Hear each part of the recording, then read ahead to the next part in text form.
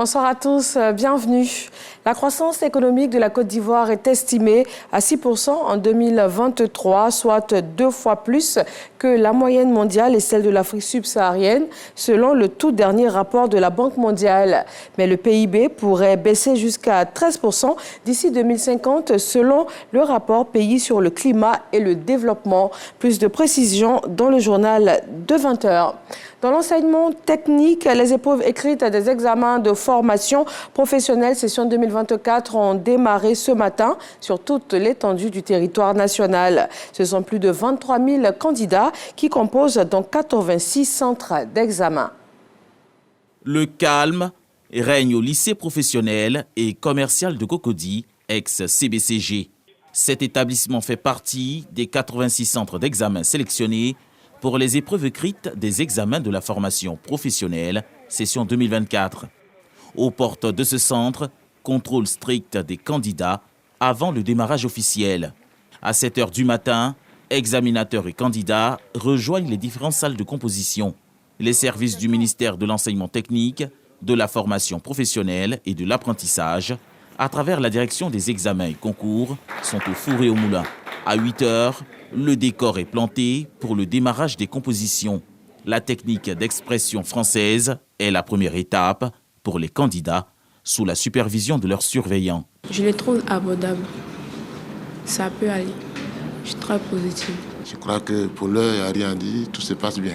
Les élèves eux-mêmes doivent se dire qu'ils viennent vous faire du mieux parce qu'ils voient pour leur avenir. Ce sont 23 822 candidats, dont 47,96% de garçons et 52,03% de filles, qui composent sur toute l'étendue du territoire national pour les diplômes du CAP, BEP, BT et BP. Le ministère de tutelle rassure et encourage les candidats. C'est des gens qui sont formés au métier. Mais quand on vous forme au métier, vous avez l'envie de maîtriser votre métier pour avoir des prestations sur le terrain. Mais si vous n'êtes pas un bon praticien, personne ne viendra vers vous. Donc, ils ont intérêt à se faire confiance et à montrer tout leur talent pour dire qu'ils maîtrisent leur métier. On a au thème d'une année scolaire assez riche et je pense que nous avons lancé plusieurs réformes au niveau des examens et des concours. Et donc cette année, c'est la première année justement de mise en œuvre de ces réformes. Débuté ce mardi 2 juillet, les épreuves écrites prendront fin le vendredi 5 juillet 2024. 46 jurys sont constitués pour les corrections et les délibérations. Les premiers résultats sont attendus le samedi 20 juillet 2024. Une Afrique transformée et en pleine croissance, dotée d'un marché plus robuste, plus attractif et moins imprévisible, c'est le principal objectif visé par le projet de la zone de libre-échange continentale africaine.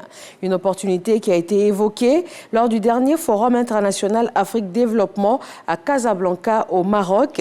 Et nous en parlerons aussi dans le dossier EcoPlus ce soir sur RTI 1. Au moins 39 personnes sont mortes au Kenya lors de manifestations antigouvernementales contre l'instauration de nouvelles taxes. Une commission nationale kenyane sur les droits humains recense également 361 blessés au cours de ces manifestations, avec 627 arrestations de manifestants.